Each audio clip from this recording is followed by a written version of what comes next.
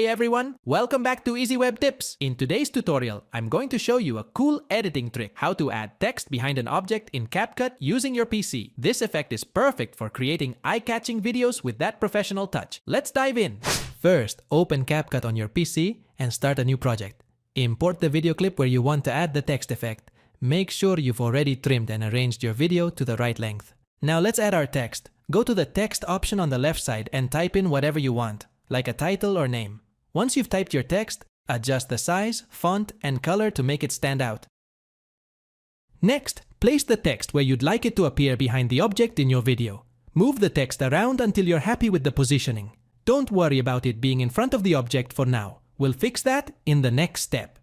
To create the effect of the text being behind the object, we'll need two layers of the same video clip. Just copy and paste your video layer, and now you'll have two identical video layers.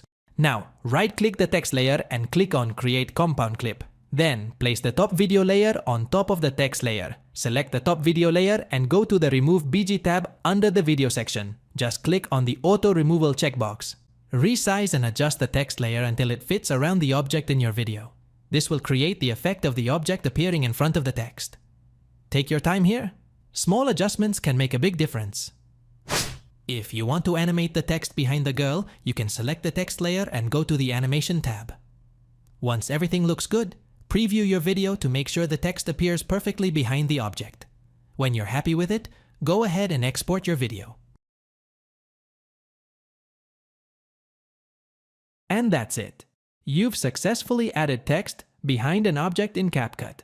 If you found this tutorial helpful, don't forget to like, subscribe, and hit the bell for more easy editing tips.